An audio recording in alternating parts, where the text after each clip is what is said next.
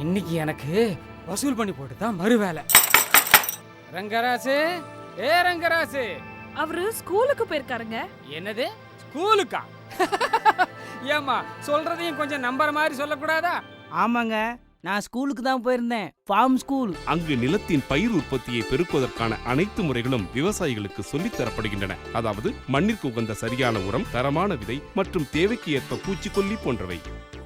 குறைஞ்ச செலவுல அதிக லாபம். இந்தாங்க உங்க பணம். உங்ககிட்ட வாங்கின கடனை திருப்பியாச்சு.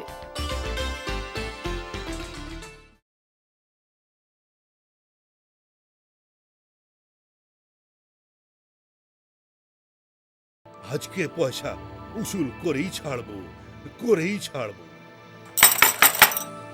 ঘনশ্যাম, আরে ও ঘনশ্যাম, ও তো স্কুলে গেছে। স্কুল গেছে? আরে ছুতো তো কোনো ভালো মতন বানাতিস।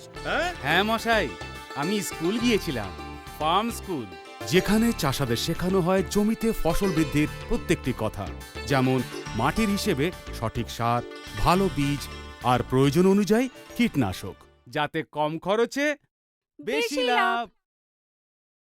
এই নাও, রাখো এই টাকা, আমার আর তোমার হিসেব খতম।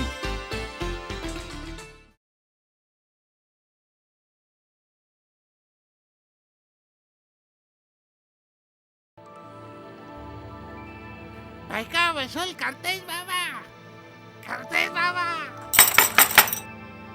तुकाराम, हे तुकाराम, हे शाळेला गेल्या ती. शाळेला गेला? अरे बाना सांगायचं तर पटेलाशे बोल बायडे.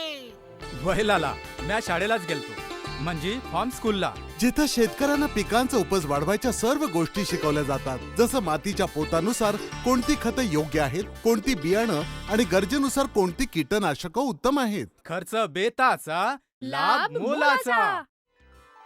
हे धर लाला, तुझं कर्ज फिटलंय.